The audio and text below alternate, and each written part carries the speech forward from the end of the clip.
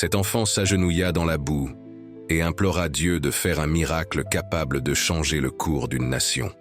Au cœur oublié d'un village reculé, où la tradition et la foi s'entremêlaient au rythme de la nature, naquit l'histoire de Lucien, un enfant au regard serein et au courage qui dépassait son jeune âge. Son visage, illuminé par l'innocence, cachait une sagesse ancestrale que peu d'adultes de l'endroit pouvaient comprendre. La communauté vivait plongée dans les difficultés, luttant quotidiennement contre l'aridité et la sécheresse incessante qui frappèrent la région, depuis de longs cycles de souffrance. Enfants de la terre, les habitants portèrent sur leurs épaules une existence marquée par la simplicité, mais aussi par la force d'un peuple qui, même au milieu des pertes, maintenait allumée la flamme d'une foi ancestrale. Une foi qui les connectait à la terre et au cycle naturel qui régissait leur vie depuis des temps immémoriaux. Sur les visages vieillis prématurément par le soleil impitoyable, des histoires silencieuses de résistance se révélaient à chaque nouvelle aube. Lucien était le fils d'Hélène, une couturière aux mains habiles et au cœur vibrant de générosité. Ses mains calleuses unissaient non seulement des morceaux de tissu, mais aussi des destins, cousant des espoirs dans chaque pièce qu'elle produisait. Joachim, son père, était un paysan infatigable qui se battait contre la nature pour assurer la subsistance de sa famille. Il se levait avant même que le soleil ne montre ses premiers rayons et ne rentrait que lorsque les étoiles dominaient déjà le ciel nocturne. Dans ses mains rugueuses, il portait le poids des outils et la légèreté de l'espoir de jours meilleurs. Le petit Lucien démontrait, dès son enfance, une sensibilité rare et un lien intime avec les éléments qui régissaient la vie au village. Tandis que d'autres enfants jouaient avec simplicité, il observait le monde avec des yeux qui semblaient voir au-delà du visible.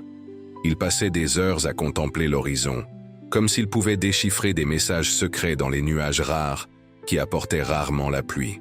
Sa mère le trouvait souvent en train de parler au vent ou de sourire aux pierres du chemin, comme si celle-ci lui racontait des histoires de temps reculés. Durant un après-midi brûlant d'été, alors que le soleil frappait la terre avec une intensité qui semblait vouloir effacer toute trace de vie, l'espoir s'évanouissait parmi les visages marqués par la fatigue et la résignation. La chaleur suffocante emprisonnait les gens dans leurs maisons simples, tandis que le bétail, maigre, cherchait abri sous des arbres presque dépourvus de feuilles. Le ciel, d'un bleu presque douloureux tant il était intense, ne montrait pas un seul signe de la pluie tant attendue par tous. Ce jour-là, tandis qu'il jouait aux alentours d'un ancien puits oublié, Lucien tomba sur une zone de boue épaisse et collante qui avait surgi d'un recoin isolé du champ. C'était un phénomène étrange, compte tenu de la sécheresse qui dominait la région. Cette petite portion humide semblait défier la logique implacable de l'aridité, comme une contradiction vivante au milieu du paysage désolé. Guidé par une impulsion mystérieuse et une force intérieure qui transcendait l'innocence de ses 8 ans, le garçon sentit un appel silencieux, un murmure inaudible qui venait des profondeurs de la terre. Sans hésiter, sans craindre de salir ses vêtements déjà usés, Lucien s'agenouilla dans la boue. Il laissa le contact froid et humide emplir ses gestes de soumission absolue. Ses 16 petits genoux s'enfoncèrent dans cette masse sombre, tandis que ses mains touchaient avec respect la surface mouillée. Les yeux du garçon se fermèrent et son visage prit une expression de paix profonde. Il semblait être en parfaite communion avec quelque chose de plus grand, invisible aux yeux communs. Ce simple acte, apparemment trivial, était empli de signification symbolique. Il résonnait comme une profonde prière silencieuse, comme si le garçon cherchait à se connecter avec quelque chose de plus grand et au-delà de ce que les yeux pouvaient voir. Le temps semblait suspendu tandis que Lucien restait immobile, agenouillé dans la boue, son petit corps contrastant avec l'immensité du paysage sec. Une vieille bergère qui passait avec ses chèvres maigres fut la première à témoigner de cette scène insolite. Ses yeux fatigués par l'âge virent dans le geste du garçon quelque chose qui transcendait la compréhension commune. Pour elle, ce n'était pas seulement un enfant qui jouait, mais un rituel ancestral revivant à travers l'innocence enfantine. La bergère, connue sous le nom de Tante Joseph, n'interrompit pas ce moment sacré. Silencieusement, elle observa à distance, sentant un frisson parcourir son dos vieilli. Quelque chose se passait là, quelque chose que ses décennies de vie lui permettèrent de reconnaître comme extraordinaire, même sans comprendre sa nature exacte. Lorsque Lucien se releva finalement, son visage était serein, mais ses yeux brillaient d'une lumière différente, comme s'ils avaient à contempler des secrets cachés dans les entrailles de la terre. Peu à peu, le récit de cet acte se répandit parmi les habitants. Les paroles de tante Joseph, bien que simples, portaient le poids de la conviction. « J'ai vu le garçon d'Hélène parler à la terre », disait-elle aux voisins, qui écoutaient avec un mélange de curiosité et de scepticisme. Dans un petit village, où les nouvelles couraient plus vite que le vent sec, bientôt tout le monde commentait l'étrange comportement du fils de Joachim. Transformant Lucien en figure centrale d'une légende naissante, les habitants les plus âgés commencèrent à attribuer à sa conduite la capacité d'invoquer des changements miraculeux. Certains riaient, d'autres n'y croyaient pas, mais beaucoup, surtout les plus vieux, gardiens des traditions, voyaient dans ce geste des échos d'anciennes croyances, de rituels presque oubliés que leurs ancêtres pratiquaient pour demander la clémence des cieux en temps de sécheresse. À mesure que les jours passaient, quelque chose d'extraordinaire commença à se produire. Les habitants remarquèrent des événements inattendus qui défiaient la logique et ravivaient la foi en ce qui semblait mythique. Premièrement, dans des endroits auparavant ravagés par la sécheresse, apparurent de petites flaques d'eau qui se multiplièrent et augmentèrent progressivement. C'était comme si la terre, touchée par la révérence du garçon, répondait par une générosité longtemps oubliée. Ce phénomène fut accompagné du réveil de l'ancien puits, proche de l'endroit où Lucien s'était agenouillé. Le puits, qui pendant des années avait été dépourvu d'eau, se remit à jaillir de manière abondante et fraîche. L'eau cristalline émergeait des profondeurs de la terre, apportant un soulagement aux champs desséchés et offrant une nouvelle opportunité pour la renaissance des cultures. Les plus sceptiques cherchaient des explications rationnelles. Peut-être que des pluies dans les montagnes lointaines avaient alimenté les nappes phréatiques. Peut-être que ce n'était qu'une coïncidence, un de ces caprices de la nature qui apparaissent et disparaissent sans explication apparente. Mais pour beaucoup, surtout pour ceux dont le cœur était ouvert aux possibilités de l'inexplicable, il n'y avait aucun doute. C'était un miracle, interprété comme la réponse de la nature à la soumission sincère de Lucien.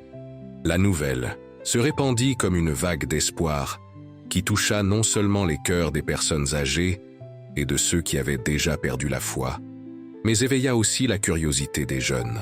Ces derniers, normalement si désireux de quitter le village à la recherche d'opportunités dans les grandes villes, voyaient maintenant dans cet événement la possibilité que le monde puisse être transformé par le pouvoir de l'esprit et de la dévotion.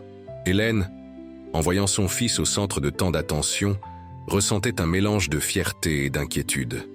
Elle connaissait la pureté de l'âme de Lucien, mais craignait que les attentes des autres ne soient un fardeau trop lourd pour de si petites épaules. Joachim, homme de peu de mots, observait tout avec un silence respectueux. Les soirs, après le travail, il s'asseyait avec son fils et regardait les étoiles, comme s'il y cherchait la confirmation de quelque chose qu'il pressentait déjà. Parmi les habitants, Mère Mathilde se distinguait comme l'ancienne qui gardait les traditions et les rituels longtemps oubliés.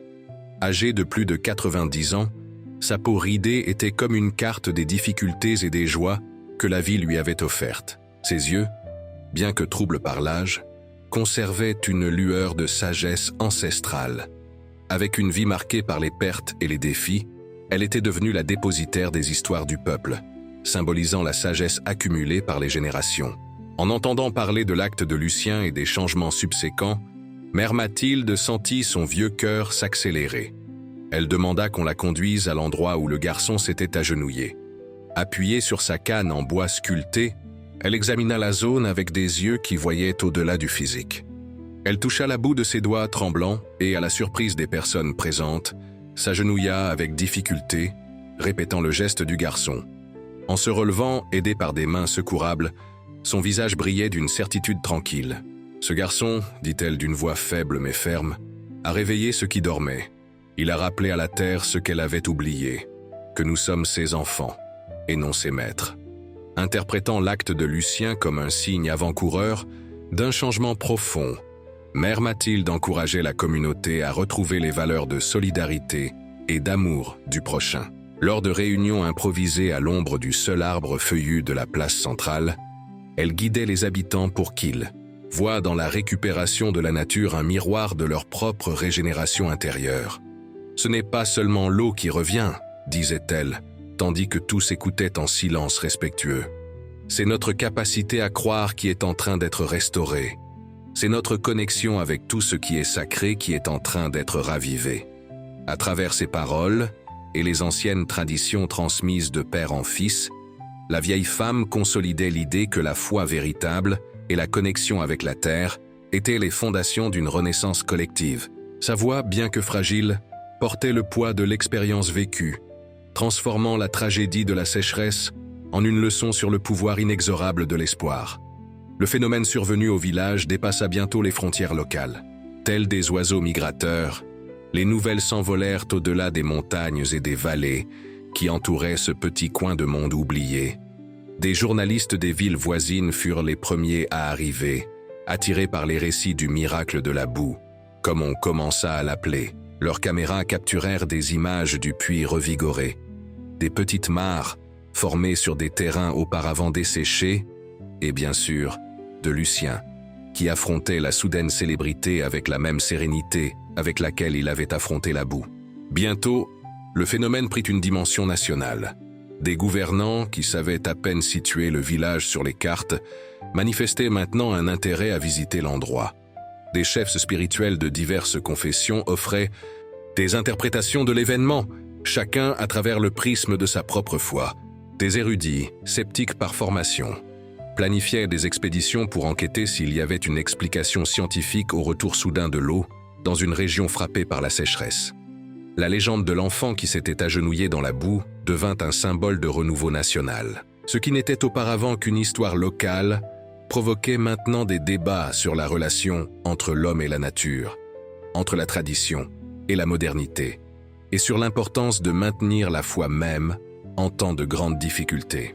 L'acte qui, à première vue, pouvait être considéré comme une simple démonstration de curiosité infantile, se révéla être un mouvement puissant, capable d'inspirer la reconstruction de la mentalité d'un peuple.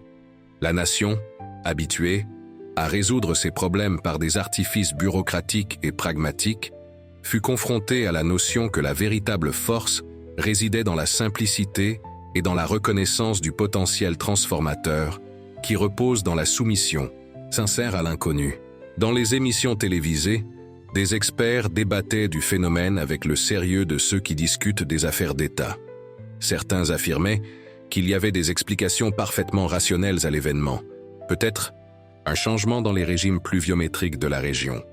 Peut-être la découverte accidentelle d'une nappe phréatique souterraine, jusqu'alors inconnue. D'autres soutenaient que, quelle que soit l'explication scientifique, le véritable miracle résidait dans l'impact que l'histoire avait sur les gens, dans la capacité de renouveler l'espoir en des temps qui en manquent tant. Au fur et à mesure que la nouvelle se répandait, des débats notables surgirent dans les forums, les églises et les réunions communautaires, se questionnant sur le rôle de la foi dans la vie sociale et l'influence de la nature sur l'âme humaine. Dans les universités, professeurs et étudiants discutaient si l'histoire de Lucien n'était pas une métaphore puissante de la reconnexion nécessaire entre l'être humain et l'environnement naturel, si détérioré par les excès de la modernité et du consumérisme. Des récits des effets miraculeux parvinrent aux villes voisines, et le village, autrefois oublié, commença à être visité par des curieux et des dévots. Ils venaient de toutes les régions du pays, certains voyageant pendant des jours, rien que pour témoigner du miracle et peut-être trouver dans leur propre vie une trace d'espoir. Ils apportaient des bouteilles vides pour emporter un peu de l'eau du puits miraculeux, touchaient le sol où Lucien s'était agenouillé, comme s'ils cherchaient à absorber à travers leur peau l'énergie qui émanait de cet endroit. Des chefs spirituels voyaient dans l'acte de Lucien un appel à l'humilité et à la reconnexion avec le sacré, tandis que des gouvernants se demandaient comment appliquer les leçons de solidarité et de soumission dans des politiques qui promouvraient l'union et le bien commun. C'était comme si, soudainement, l'histoire simple d'un enfant et un geste simple avaient le pouvoir de faire repenser à toute une nation ses valeurs et ses priorités. Ce que cet enfant nous enseigne, déclara un théologien renommé lors d'une interview largement diffusée, c'est que la véritable sagesse réside souvent dans la simplicité. Que peut-être nous? Sommes-nous trop éloignés des sources primordiales qui nourrissent non seulement nos corps, mais aussi nos âmes? Un éminent scientifique, après avoir visité le village et mené des analyses préliminaires de l'eau et du sol, admit devant les caméras: il existe des phénomènes que la science ne peut pas encore expliquer complètement.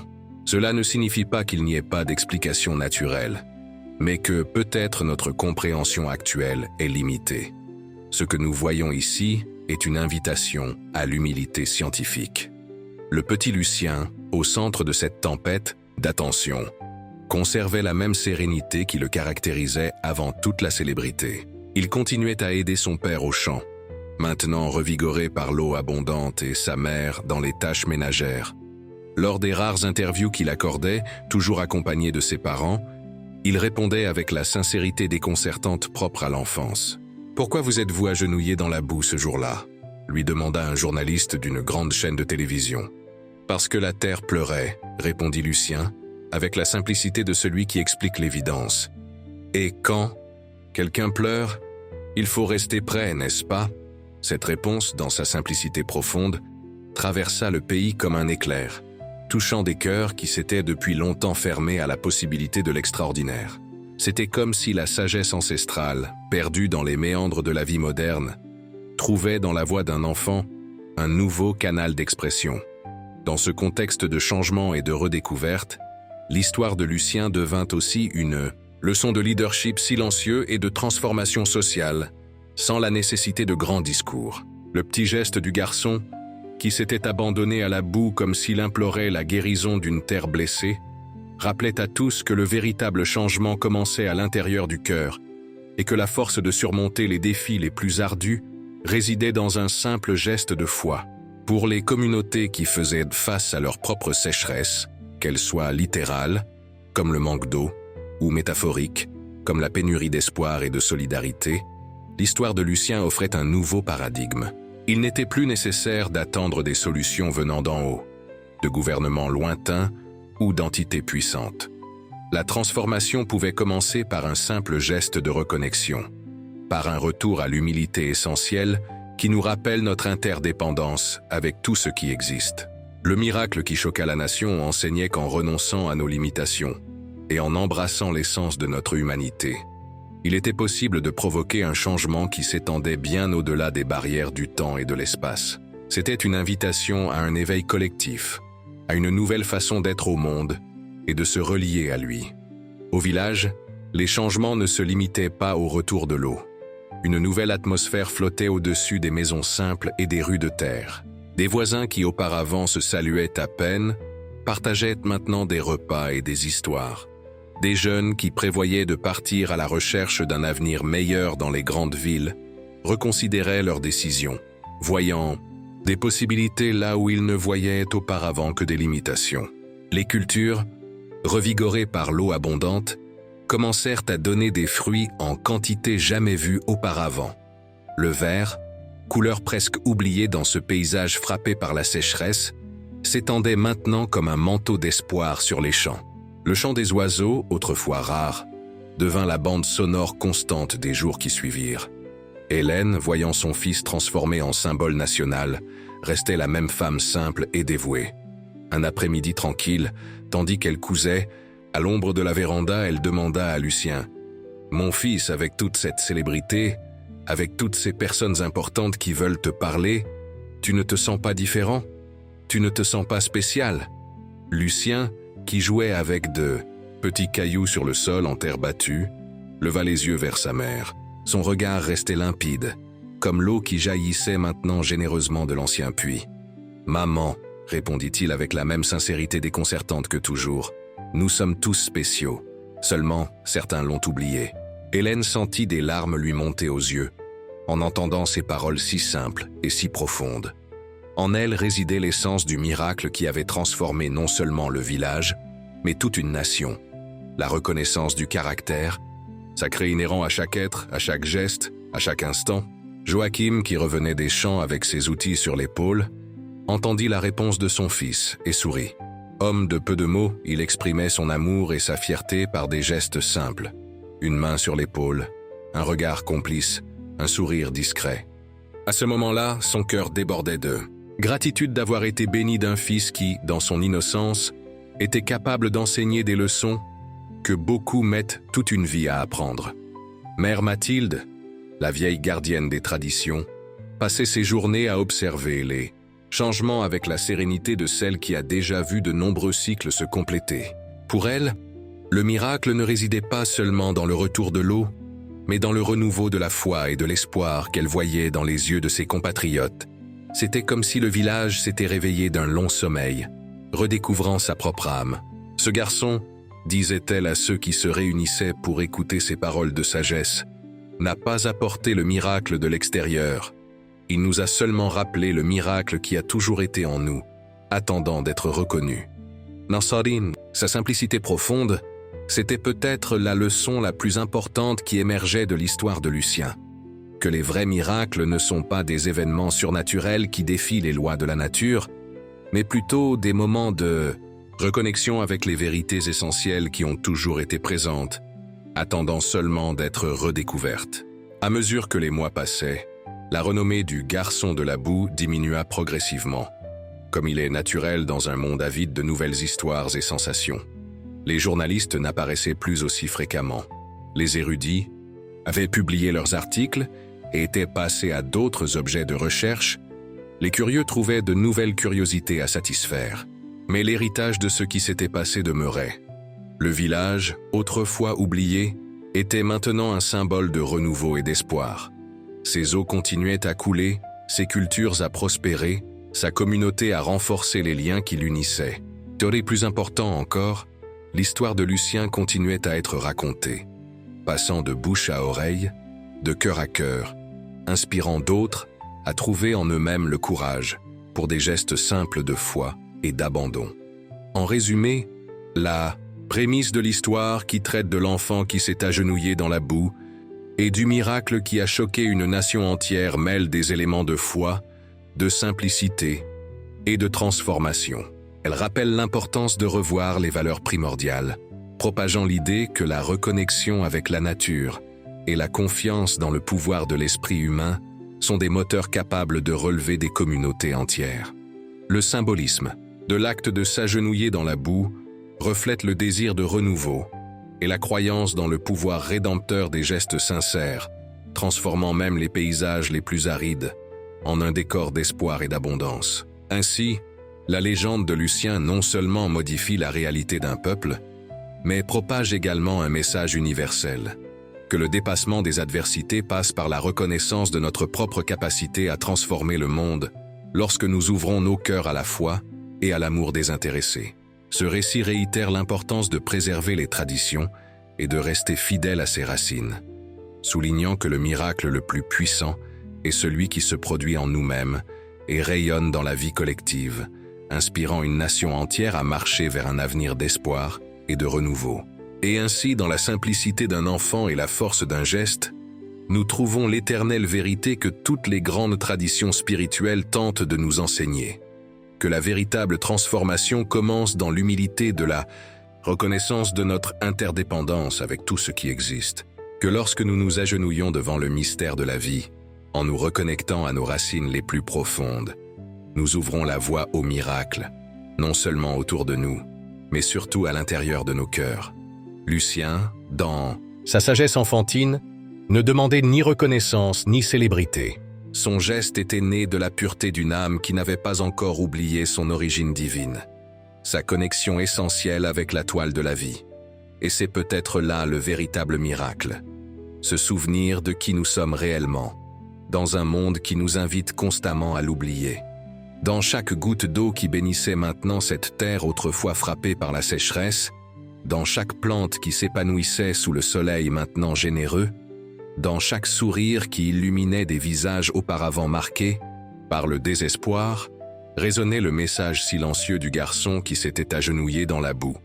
Que l'espoir ne meurt jamais complètement, que le renouveau est toujours possible, que les miracles attendent juste le bon moment pour se manifester, lorsque nous sommes prêts à les recevoir avec des cœurs ouverts et des âmes réceptives. Et vous qui connaissez maintenant cette histoire, vous demandez peut-être où se trouvent les endroits secs de votre propre vie qui aspirent à la touche du renouveau. Vous vous demandez peut-être quels sont les bouts sur votre chemin dans lesquels vous pourriez vous agenouiller, non pas en défaite, mais en révérence et en abandon. Car le miracle qui a transformé ce village oublié et choqué une nation entière n'est pas confiné à ce temps et à cet endroit spécifique.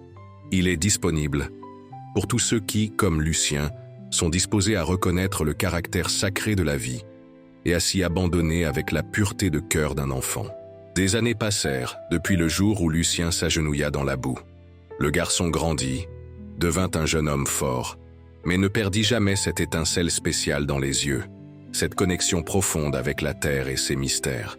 Alors que beaucoup s'attendaient à ce qu'il suive une voie spirituelle formelle, devenant peut-être un chef religieux ou un gourou, Lucien choisit de rester dans la simplicité. Il continua à travailler la terre aux côtés de son père, maintenant âgé, mais avec un but renouvelé dans chaque geste. Les eaux qui jaillirent ce jour miraculeux ne s'asséchèrent jamais. Le village, autrefois condamné à l'oubli, devint une oasis de vie au milieu de la région semi-aride. Les cultures prospéraient, attirant des gens d'autres régions qui venaient chercher une vie meilleure, une chance de recommencer. Ce qui était autrefois un lieu de départ était maintenant un lieu d'arrivée, de renouveau, d'espoir. Hélène, la mère de Lucien, créa avec d'autres femmes une coopérative de couture qui produisait des pièces inspirées de l'histoire du miracle. Dans chaque broderie, dans chaque morceau de tissu soigneusement cousu, elle racontait visuellement l'histoire qui était déjà devenue légende. Leur création était recherchée par des gens de tout le pays, non seulement pour leur beauté, mais pour la signification qu'elle portait. Joachim, auparavant un homme courbé sous le poids du travail acharné et des déceptions constantes, marchait maintenant droit, avec la fierté de celui qui voit son travail porter ses fruits. Les soirs, lorsque la famille se réunissait autour de la table pour le repas, sa gratitude était silencieuse mais profonde, se manifestant dans la brillance de ses yeux en observant son fils, sa femme et la communauté qui fleurissait autour de lui. Mère Mathilde, la vieille gardienne des traditions, vécut pour voir la transformation complète du village. Dans ces derniers jours, entourée de générations de descendants, elle racontait et racontait l'histoire du garçon et de la boue, s'assurant que la mémoire de cet événement extraordinaire restait vivante. Lorsqu'elle partit finalement, elle fut enterrée près de l'endroit où tout avait commencé, comme elle le souhaitait. Sur la simple pierre tombale, une seule phrase. « Ici repose celle qui a vu la terre renaître ». L'histoire du miracle fut documentée dans des livres, des films et des documentaires. Des universitaires de divers domaines, anthropologues, sociologues, théologiens, scientifiques de l'environnement, continuaient à étudier le phénomène, chacun à travers le prisme de sa discipline. Certains cherchaient des explications rationnelles, d'autres exploraient les aspects spirituels. Mais tous étaient d'accord sur un point.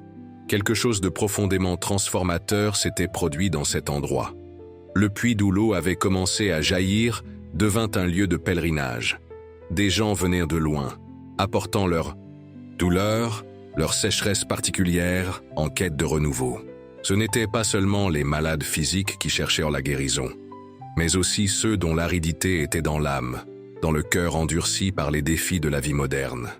Lucien, même à l'âge adulte, restait à l'écart des projecteurs qui se tournaient encore occasionnellement vers lui. Il recevait les visiteurs illustres et les pèlerins anonymes avec la même gentillesse simple, sans jamais revendiquer pour lui-même le mérite du miracle. « Je me suis seulement agenouillé », disait-il lorsqu'on insistait pour qu'il explique. La terre a fait le reste. Dans une petite pièce de la maison qu'il avait construite pour lui-même, près de celle de ses parents, Lucien gardait quelques-unes des innombrables lettres qu'il recevait de personnes touchées par son histoire. C'étaient des témoignages émouvants de transformation personnelle, de moments d'éveil, de reconnexion profonde avec ce qui est essentiel. Il les lisait les nuits silencieuses, non par vanité, mais comme un rappel de la responsabilité qu'il portait, être un canal pour quelque chose de plus grand que lui-même. Le village devint un modèle de développement durable et harmonieux. Les techniques agricoles traditionnelles, presque oubliés dans l'avidité du progrès, furent retrouvés et améliorés. La communauté apprit à vivre en équilibre avec les cycles naturels, comprenant que la véritable abondance vient du respect de la terre et de ses limites.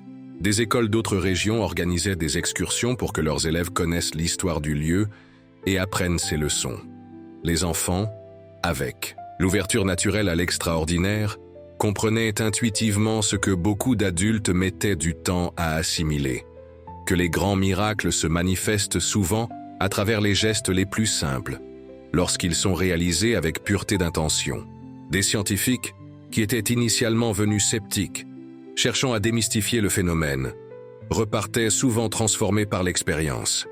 Il y a plus de mystère entre le ciel et la terre que n'en rêve notre philosophie, citait un géologue renommé dans son rapport, après des mois d'études non concluantes sur l'origine de l'eau qui continuait à jaillir, apparemment inépuisable. Lors d'une simple cérémonie, organisée pour le 10e anniversaire du miracle, une plaque fut inaugurée au centre de la place principale du village. Y étaient gravés en lettres dorées les mots que Lucien avait prononcés enfant. Parce que la terre pleurait. Et quand quelqu'un pleure, il faut rester prêt, n'est-ce pas? Ces mots devinrent un mantra pour beaucoup, un rappel de la sensibilité nécessaire pour percevoir la souffrance autour de nous et du courage de s'en approcher, non pas avec peur ou aversion, mais avec compassion et présence aimante. À mesure que le monde était confronté à des défis environnementaux de plus en plus graves, sécheresse prolongée, inondations dévastatrices, déséquilibre climatique, l'histoire de Lucien prenait une nouvelle pertinence. C'était comme si ce garçon, des décennies auparavant, avait pressenti une vérité qui devenait maintenant urgente pour toute l'humanité. La nécessité d'une reconnexion profonde avec la nature, une guérison pour la blessure de la séparation qui affligeait depuis si longtemps la relation entre les êtres humains et leur foyer planétaire. Beaucoup se demandaient: et si chacun de nous trouvait sa propre boue pour s'agenouiller? Et si, dans nos gestes quotidiens, nous recherchions cette même soumission, cette même révérence pour le mystère de la vie? Quel miracle pourrait jaillir d'un tel changement collectif de conscience? Dans un monde de plus en plus divisé par des idéologies, des croyances et des intérêts conflictuels, l'histoire de Lucien offrait un terrain commun, un point de rencontre pour différentes perspectives. Peu importait si quelqu'un l'interprétait à travers le prisme de la foi religieuse, de la science, de la psychologie ou de l'écologie profonde, son pouvoir transformateur restait intact. Son message d'espoir résonnait dans des cœurs divers. C'est peut-être là le plus grand héritage de ce simple geste. Nous rappeler que, malgré toutes nos différences apparentes, nous partageons une même essence, une même origine, une même maison. Et que, lorsqu'un de nous s'agenouille en révérence devant le mystère de la vie, d'une manière mystérieuse, nous nous agenouillons tous ensemble. Nous participons tous à cet acte de soumission. Nous sommes tous touchés par la grâce qui en émane.